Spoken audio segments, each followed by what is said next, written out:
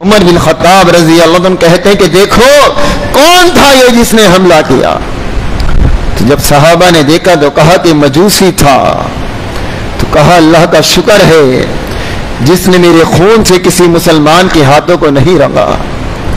میرا خون ان ہاتھوں پر ہے. اللہ فی مقام الآخر محمد رسول اللہ والذین معه اشداء علی الکفار رحماء بینہم تراہم رکعا سجدا یبتغون فضلا من اللہ ورضوانا سیماہم فی وجوہہم من اثر السجود ذلک مثلہم فی التوراۃ والانجیل والقرآن. جب کوئی شخص کوئی اچھا کارنامہ کرتا ہے تو اس کے کارنامے کرنے کے بعد لوگ اس کی تعریف میں کتابیں لکھتے ہیں, اس کا تذکرہ کرتے ہیں کہ فلاں شخص یہ کارنامہ کر کر گیا تھا, یہ کردار اپنا کر گیا تھا. اس کے جانے کے بعد اس کی تعریف کی جاتی ہے اور لوگ اس کی تعریف کو پڑھتے ہیں. اور اگر لکھنے والا رائٹر کوئی اچھا انسان ہو تو لوگ اس کتاب پر بہت زیادہ اعتماد کرتے ہیں اور اس کی سیرت سے بہت زیادہ لگاؤ رکھتے ہیں کہ واقعی یہ گزرنے والا شخص بڑا اچھا تھا. لیکن یہ ساری باتیں انسان کے گزرنے کے بعد ہوتی ہیں. اللہ رب العزت نے کچھ لوگوں کی تعریف کی ہے لیکن ان کے گزرنے کے بعد نہیں کی بلکہ ان کے آنے سے بھی پہلے کر دی. ابھی وہ دنیا میں آئے ہی نہ تھے, ابھی وہ دنیا میں تشریف نہیں لائے تھے, ابھی وہ پیدا بھی نہیں ہوئے تھے کہ اللہ تعالیٰ نے اس قوم کے تذکرے اور تعریفیں کی. فرمایا محمد الرسول اللہ, محمد صلی اللہ علیہ وسلم اللہ کے رسول ہیں. والذین معہ, اور جو لوگ ان کے ساتھ ہیں, اشداء علی الکفار رحماء بینہم, جو ان کے ساتھی ہیں وہ آپس میں رحم دل ہیں, نرم ہیں, نرم مزاج ہیں. یہ اللہ تعالیٰ نے صحابہ کا تذکرہ کیا کہ محمد صلی اللہ علیہ وسلم کے ساتھی آپس میں رحم دل ہیں. رحماء بینہم, وہ مومنوں کے لیے رحم والے ہیں. غلط ہے یہ بات جو لوگ یہ کہتے ہیں کہ صحابہ تلواریں لے کر ایک دوسرے سے لڑتے رہے. کتب صحیحہ کے اندر صحیح اسناد کے ساتھ ایسی باتیں ثابت نہیں ہیں. صحابہ کے متعلق تو قرآن یہ کہتا ہے رحماء بینہم, وہ آپس میں رحم دل تھے. اشداء علی الکفار, کافروں کے لیے سخت تھے. یبتغون فضلا من اللہ ورضوانا, وہ اللہ کا فضل اور اللہ کی رضامندی تلاش کرتے رہتے تھے. ذالک مثلہم فی التوراۃ ومثلہم فی الانجیل, ان کی مثال تورات میں اور انجیل میں بیان کی گئی. ان کے تذکرے اللہ تعالیٰ نے تورات میں بھی کیے اور ان کے تذکرے اللہ تعالیٰ نے انجیل میں بھی کیے. یہ وہ جماعت تھی جو ابھی پیدا نہیں ہوئی تھی. تورات موسیٰ علیہ السلام پر نازل ہوئی, اس میں بھی ان کے تذکرے تھے. انجیل سیدنا عیسیٰ علیہ السلام کو ملی, اس میں بھی ان کے تذکرے تھے. یہ جماعت جسے اللہ تعالیٰ نے کہیں اولئک هم الراشدون کہہ کر پکارا, کہیں اولئک هم المفلحون کہہ کر پکارا, کہیں اولئک حزب اللہ, یہ اللہ کا گروہ ہے یہ کہہ کر پکارا. کبھی فرمایا لقد رضی اللہ عن المؤمنین اذ یبایعونک تحت الشجرہ, اللہ ان مومنوں سے راضی ہو گیا جو درخت کے نیچے بیعت کر رہے تھے. کہیں فرمایا فَعَلِمَ مَا فِي قُلُوبِهِمْ، اللہ نے ان کے دلوں کو جان لیا، ان کی نیتوں کو، ان کے اخلاص کو جان لیا۔ کہیں فرمایا رضی اللہ عنہم ورضوا عنہ، یہ اللہ سے راضی اور اللہ ان سے راضی۔ یہ وہ جماعت ہے جن کے تذکرے تورات میں، انجیل میں اور قرآن مجید میں اللہ نے بیان کیا۔ اس جماعت میں بھی اللہ نے بعض کو بعض پر فضیلت عطا فرمائی۔ اللہ تعالیٰ نے بعض صحابہ کو بعض صحابہ پر فضیلت عطا فرمائی۔ انہی بعض کے اندر 10 وہ صحابہ ہیں جنہیں عشرہ مبشرہ کہا جاتا ہے۔ عشرہ سے مراد 10 اور مبشرہ سے مراد خوشخبری پانے والے، بشارت پانے والے۔ جامع ترمذی کی روایت میں نبی علیہ الصلوۃ والسلام نے ان کے نام لے کر فرمایا کہ ابو بکر، عمر، عثمان، علی، طلحہ، زبیر، سعد، سعید، عبد الرحمن بن عوف، ابو عبیدہ بن جراح رضوان اللہ علیہم اجمعین، ان کا نام لے کر فرمایا کہ جنتی ہیں۔ ان 10 میں سے بھی پھر خلفائے راشدین ہیں، سیدنا ابو بکر، سیدنا عمر، سیدنا عثمان، سیدنا علی رضوان اللہ علیہم اجمعین۔ صحیح بخاری کی روایت عبداللہ بن عمر رضی اللہ عنہ سے پوچھا کہ تم نبی علیہ الصلوۃ والسلام کے زمانے میں سب سے افضل کس کو سمجھتے تھے؟ لوگوں میں سب سے افضل کون سمجھا جاتا تھا؟ فرمایا سیدنا ابو بکر صدیق رضی اللہ تعالیٰ۔ پوچھا اس کے بعد کون؟ فرمایا سیدنا عمر بن خطاب رضی اللہ تعالیٰ عنہ۔ امیر المؤمنین عمر بن خطاب رضی اللہ تعالیٰ عنہ، ان کے متعلق مسلمانوں کا متفقہ عقیدہ یہ تھا کہ ابو بکر صدیق رضی اللہ عنہ کے بعد اگر کوئی شخص فضیلت کا حامل ہے تو وہ عمر بن خطاب رضی اللہ تعالیٰ عنہ ہے۔ یہ وہی عمر ہیں رضی اللہ تعالیٰ عنہ جن کے متعلق نبی علیہ الصلوۃ والسلام نے یہ بات کہی تھی۔ جامع ترمذی کی روایت ہے کہ اگر میرے بعد کوئی نبی ہوتا تو عمر ہوتا۔ یہاں اس نقطے کو سمجھیے گا، خود عمر بن خطاب رضی اللہ تعالیٰ عنہ نے یہ بات نہیں کہی کہ اگر اللہ نبی بناتا تو مجھے بناتا، یہ بات عمر رضی اللہ تعالیٰ عنہ نے نہیں کہی تھی، بلکہ یہ بات اس زبان سے نکلی تھی جس کے متعلق قرآن نے کہا وَمَا يَنْتِقُ عَنِ الْهَوَىٰ إِنْ هُوَ إِلَّا وَحْيٌ يُوحَىٰ، کہ اللہ نے پیغمبر کی زبان پر حق جاری کر دیا ہے۔ نبی علیہ الصلوۃ والسلام جو کہتے ہیں وہ اللہ کی وحی ہوتی ہے۔ آپ نے فرمایا کہ میرے بعد اگر کوئی نبی ہوتا تو وہ عمر بن خطاب ہوتے رضی اللہ تعالیٰ، لیکن اللہ تعالیٰ نے نبوت کا سلسلہ ختم کر دیا۔ ما كان محمد ابا احد من رجالكم ولكن رسول الله وخاتم النبيين، محمد صلی اللہ علیہ وسلم اللہ کے رسول ہیں اور خاتم النبیین ہیں، آپ کے بعد کوئی پیغمبر نہیں آئے گا۔ یہ وہی عمر ہے رضی اللہ تعالیٰ عنہ۔ ایک بار نبی علیہ الصلوۃ والسلام کے ساتھ جا رہے تھے، صحیح بخاری کی روایت ہے، نبی علیہ الصلوۃ والسلام سے کہتے ہیں کہ آپ مجھے تمام چیزوں سے بڑھ کر محبوب ہیں سوائے میری جان کے۔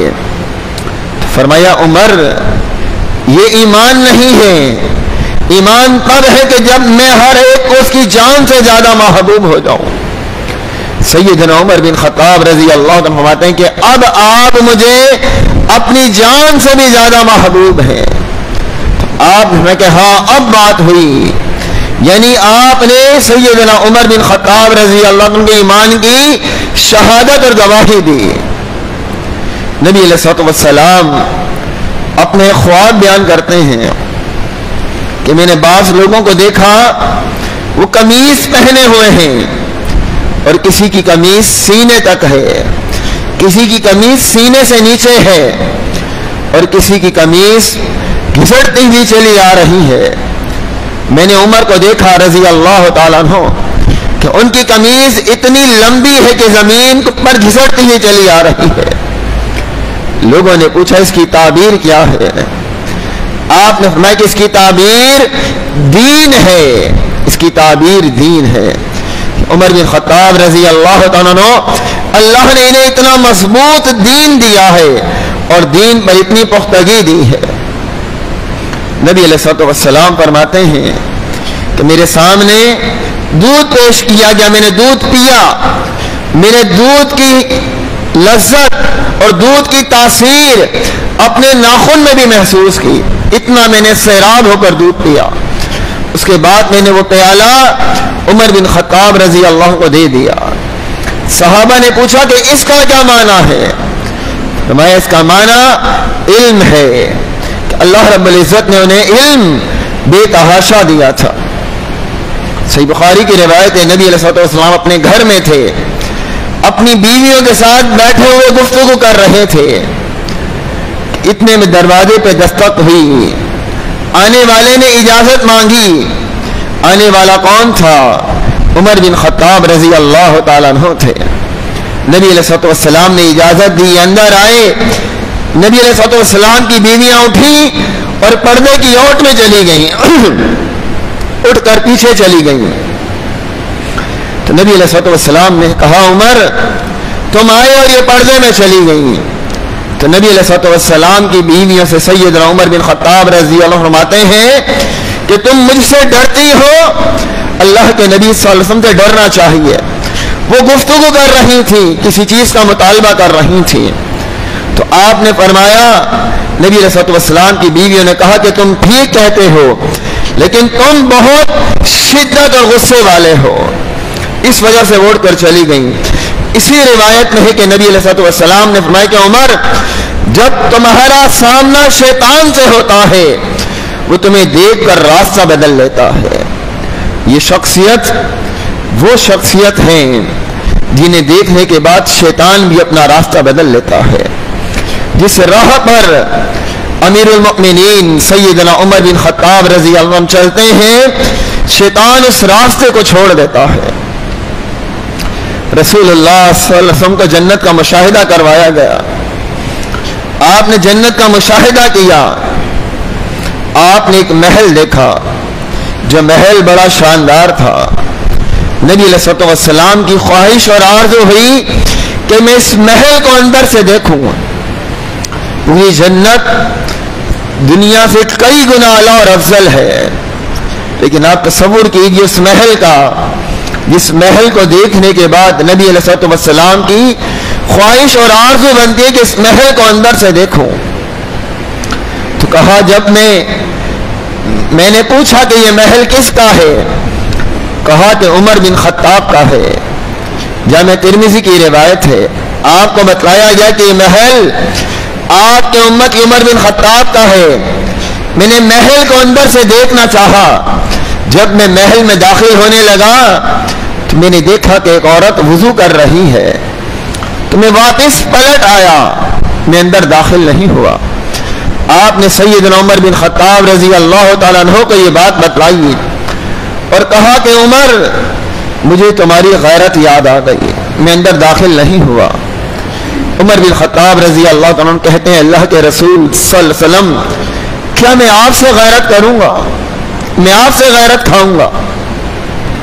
یہ وہ عمر ہے رضی اللہ تعالیٰ عنہ کہ جو راتوں کو گشت کیا کرتے تھے، اپنی رعایا کا خیال رکھا کرتے تھے، خود اٹھ کر راتوں کو جاگتے اور دیکھتے کہ لوگ کسی مسئلے میں پریشان تو نہیں ہیں۔ ان کے کئی واقعات کتب تاریخ میں موجود ہیں، کتب سیرت میں موجود ہیں، محدثین نے ان واقعات کو نقل کیا ہے۔ ایک رات اپنے غلام اسلم کے ساتھ نکلتے ہیں، ان کا غلام اسلم تھا۔ ایک جگہ پر پہنچتے ہیں تو ایک عورت اپنے بچوں کو سلا رہی ہے اور بچے رو رہے ہیں، بچے نیند کے مارے سو نہیں پاتے۔ عمر رضی اللہ تعالیٰ عنہ وہاں پہنچتے ہیں اور پوچھتے ہیں کہ بچے کیوں رو رہے ہیں؟ کہا کہ بھوک کی وجہ سے رو رہے ہیں۔ پوچھا یہ چولہے پر ہنڈیا میں کیا چڑھا رکھا ہے؟ کہا کچھ نہیں ہے، صرف پانی ہے، بچوں کو بہلانے کے لیے ہنڈیا میں پانی ڈال دیا ہے۔ کہ بچے ہنڈیاں پکتی ہوئی دیکھیں گے تو نیند میں سو جائیں گے.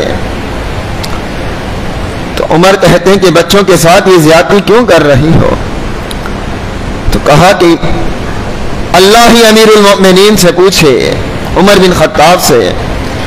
کہا کہ عمر کو کیا معلوم کہ تمہارے حالات کیسے ہیں؟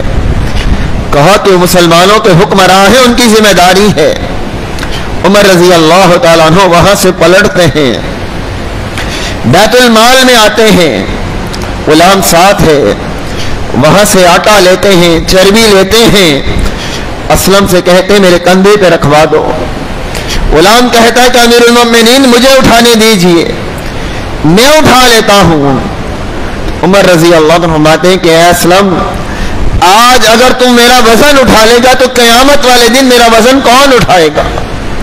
میرے وزن کو کون اٹھائے گا؟ اپنے کندھے پر مال اٹھا کر وہاں پہنچتے ہیں اور اس عورت کو بولتے ہیں کھانا بناؤ جلدی سے. اس کا ساتھ دیتے ہیں، کھانا تیار کرواتے ہیں، بچوں کو کھانا کھلاتے ہیں. وہ عورت بھی کہتی ہے کہ امیر المؤمنین کے بننے کے حقدار تو تم تھے. پھر دور آ کر بیٹھ جاتے ہیں.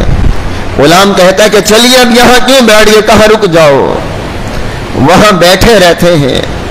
جب دیکھتے ہیں کہ بچوں نے کھانا کھا لیا ہے اور بچے سکون سے سو گئے ہیں، پھر اٹھ کر وہاں سے جاتے ہیں. ایسی شخصیت کہاں سے لائیں گے؟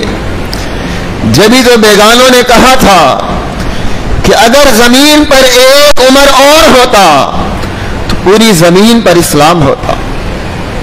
ایک رات گشت کر رہے تھے، گشت کرتے ہوئے دور ایک آگ دیکھتے ہیں، دور ایک منظر دیکھتے ہیں، وہاں پہنچ جاتے ہیں.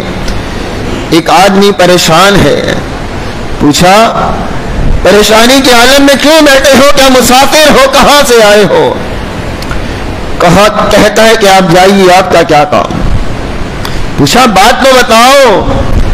کہا کہ میرے ساتھ میری بیوی ہے اور تکلیف میں ہے، ولادت کا وقت ہے، پردیس میں ہوں، اجنبی ہوں. کہا کہ پریشان نہ ہو. اپنے گھر میں آتے ہیں، اپنی بیوی سیدہ ام کلثوم رضی اللہ تعالی عنہا کو ساتھ لیتے ہیں. انہیں کہتے ہیں آؤ، ایک نیکی کا موقع ہے. ساتھ لے کر کچھ ضروری سامان لے کر وہاں پہنچتے ہیں. بیوی کو خیمے میں بھیج دیتے ہیں، خود اس کے ساتھ بیٹھ جاتے ہیں.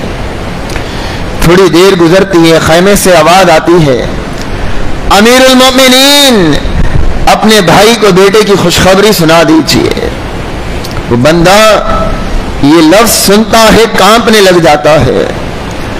عمر رضی اللہ عنہ کہتے ہیں کہ گھبراؤ نہیں، میں تمہارا بھائی ہوں، قریب ہی رہو، پیچھے مت ہٹو. تو ایسا کردار کہاں سے لائیں گے؟ ایک رات گشت کر رہے ہوتے ہیں، ایک دیوار پر ٹیک لگا کر کھڑے ہوتے ہیں کہ اندر سے ماں بیٹی کی گفتگو کی آواز آتی ہے.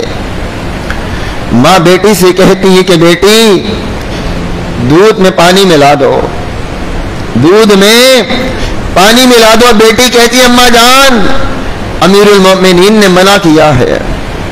ماں کہتی کہ بیٹا وہ کون سا اس وقت دیکھ رہے ہیں، ملا دو پانی. بیٹی کہتی کہ یہ میرے لائق نہیں کہ مجلس میں ان کی بات کو مانوں اور تنہائی میں ان کی بات کو ریجیکٹ کر دوں. عمر رضی اللہ تعالیٰ فرماتے ہیں اپنے ساتھی سے اس گھر پہ نشان لگا دو. صبح اپنے بچوں کو بلاتے اور کہتے ہیں تم میں سے کوئی نکاح کی آرزو رکھتا ہے تو بتلائے. میرا ارادہ نہیں ہے، اگر میرا ارادہ ہوتا تو میں کبھی بھی پیچھے نہ ہٹتا. اپنے بیٹے عاصم اس کا نکاح اس بچی سے کرتے ہیں جو بچی سیرت اور کردار کے اتنے اعلیٰ عہدے پر تھی. اسی بچی کی اولادوں میں عمر بن عبدالعزیز پیدا ہوتے ہیں جنہیں عمر ثانی کہا جاتا ہے. ایسی شخصیات کہاں سے ملیں گی؟ سیدنا عمر بن خطاب رضی اللہ تعالیٰ عنہ ایک بار ایک قافلہ آیا اور قافلے کا دورہ کرنے گئے، رات کا وقت تھا، ایک بچہ رو رہا تھا. تو عمر رضی اللہ تعالیٰ اس کی ماں سے کہتے ہیں بچے کو کیوں رلا رہی ہو؟ اسے سمجھا کر آتے ہیں کہ بچے کو نہ رلاؤ.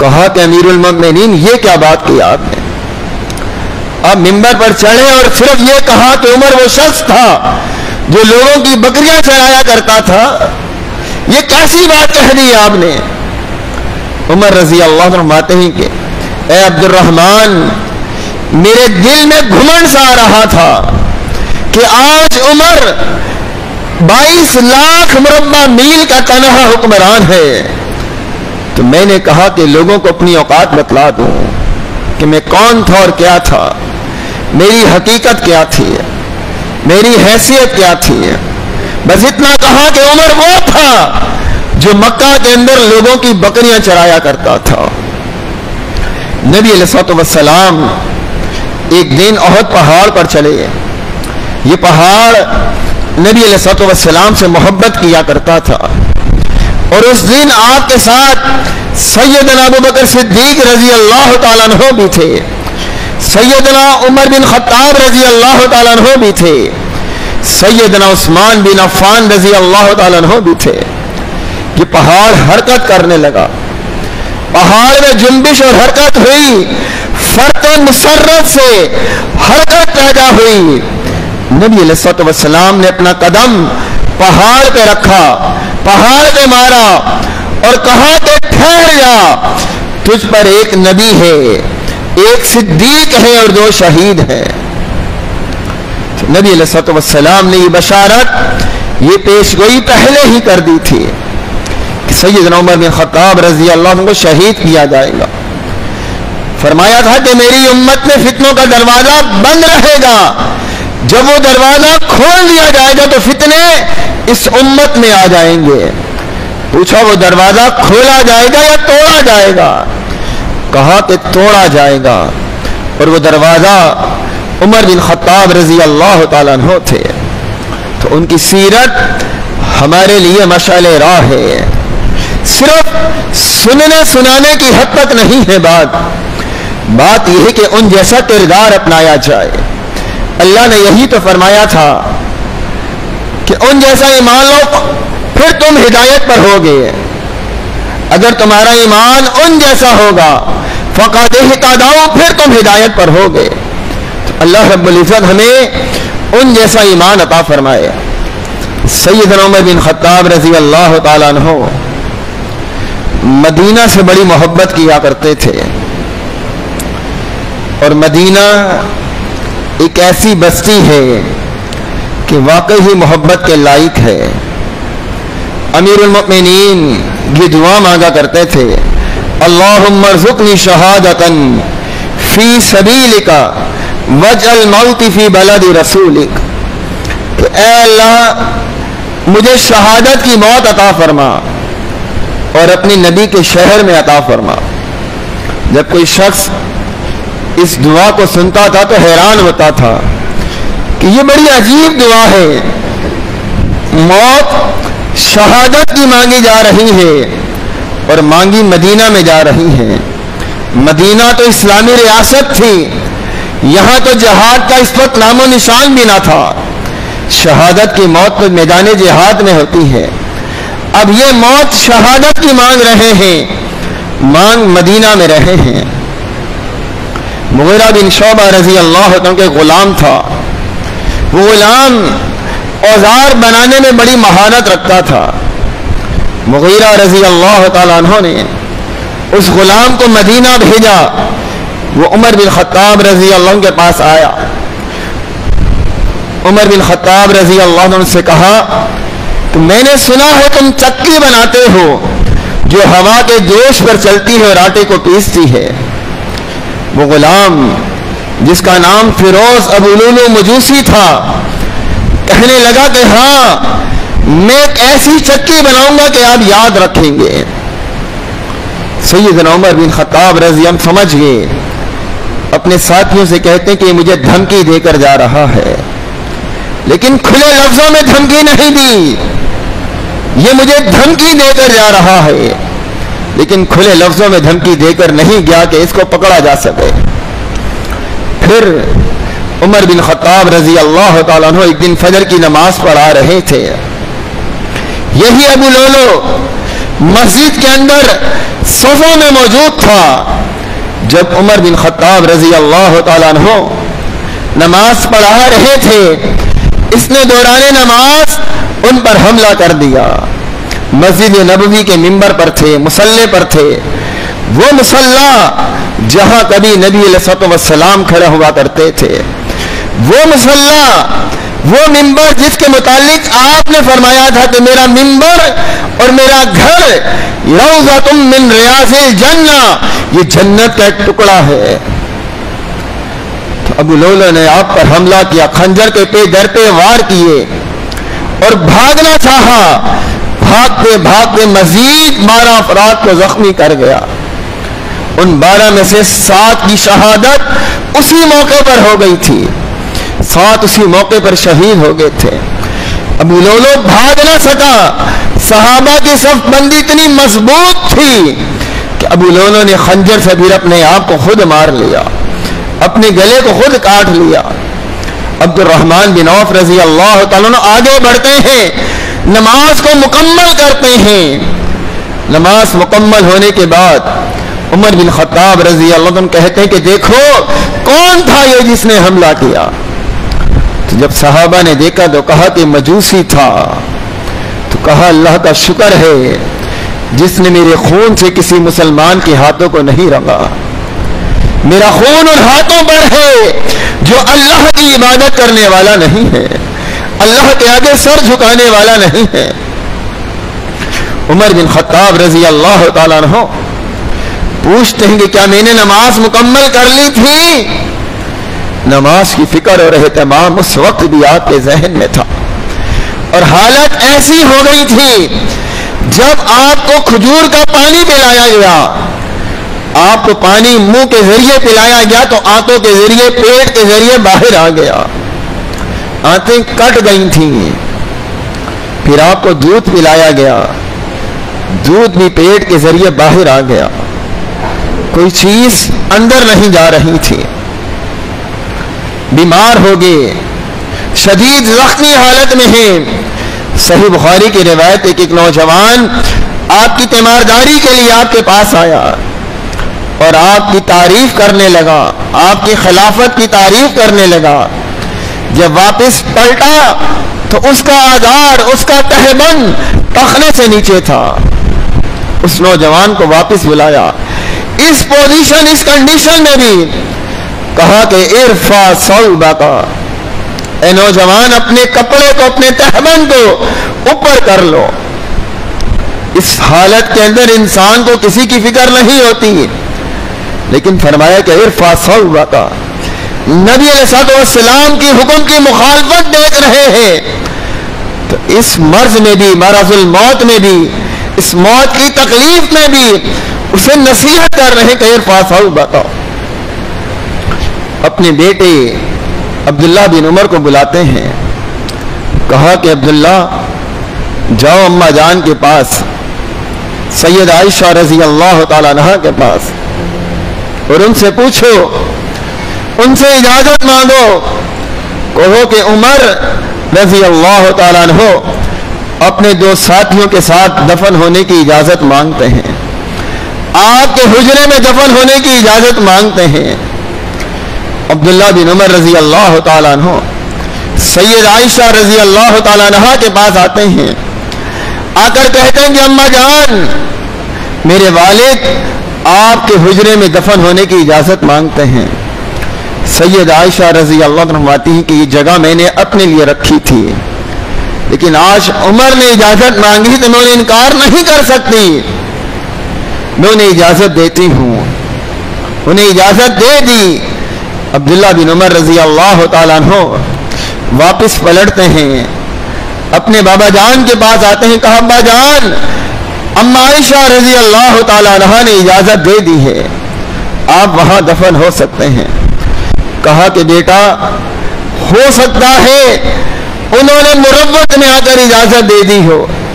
جب انسان زندہ ہوتا ہے نا, اس کا کچھ نہ کچھ تقدس اور اہمیت ہوتی ہے.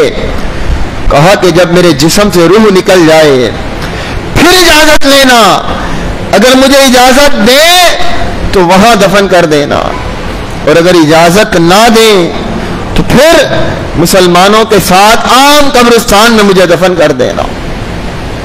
سیدنا عمر بن خطاب رضی اللہ تعالیٰ عنہ لیٹے ہوئے ہیں، عبداللہ بن عمر کی گود میں سر ہے، عبداللہ بن عمر پاس بیٹھے ہوئے ہیں، گود میں سر رکھا ہوا ہے، کمزوری اس قدر زیادہ ہو چکی ہے کہ ہونٹ ہل رہے ہیں۔ عبداللہ بن عمر رضی اللہ عنہ فرماتے ہیں کہ سمجھ نہیں آ رہا میرے والد کہہ رہے ہیں، ہونٹوں پر الفاظ کیا ہیں؟ کہا کہ میں نے کان کو قریب کیا تو میرے والد محترم بول یہ رہے تھے، عبداللہ میرے سر کو زمین پر رکھ دو، میرے چہرے کو زمین پر رکھ دو، اللہ زمین پر رکھے ہوئے چہرے کو دیکھ کر مجھ پر رحم کر دے گا، اللہ مجھے معاف کر دے گا۔ اللہ کا ڈر، اللہ کا خوف، تقویٰ پہاڑ تھا، مثال تھی جو صرف بیان کی جا سکتی، انسان اس کا تصور نہیں کر سکتا۔ آج ان کی سیرت کے اوپر لوگ کیسے کیسے اعتراض کرتے ہیں، کیسی کیسی باتیں بناتے ہیں، لیکن جس کی شان، مقام، مرتبہ، فضیلت اللہ نے بلند کی ہو، کوئی کچھ بھی کہتا رہے کوئی فرق نہیں پڑتا۔ نبی علیہ الصلوۃ والسلام اکثر کہا کرتے تھے میں ابو بکر اور عمر، میں ابو بکر اور عمر، آپ کی زبان پر یہی تذکرہ ہوتا تھا۔ اب اپنے دونوں ساتھیوں کا ساتھ نام لیا کرتے تھے۔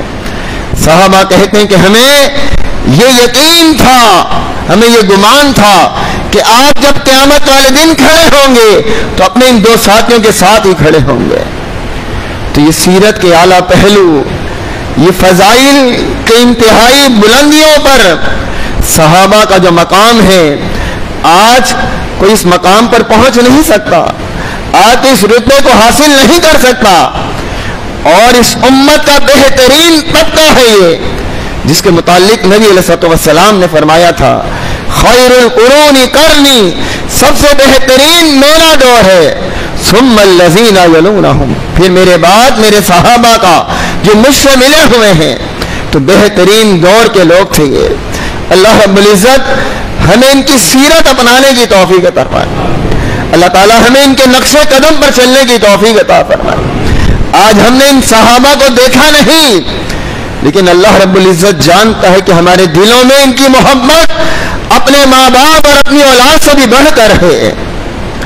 ہم ان کی جوتیوں کی خاک بھی نہیں۔ اللہ ہمیں اس محبت کی وجہ سے قیامت والے دن صحابہ کا ساتھ عطا فرمائے۔ نبی علیہ الصلوۃ والسلام نے فرمایا تھا کہ جو جس سے محبت کرتا ہے قیامت والے دن اسی کے ساتھ ہوگا۔ اللہ رب العزت اس بات کا گواہ ہے کہ ہمارے دلوں میں ان کی محبت آج بھی موجود ہے، اور اللہ اس کو قائم رکھے، اللہ اس کو مزید بڑھائے، اللہ ہماری اولادوں میں بھی یہ محبت قائم کرے۔ ربنا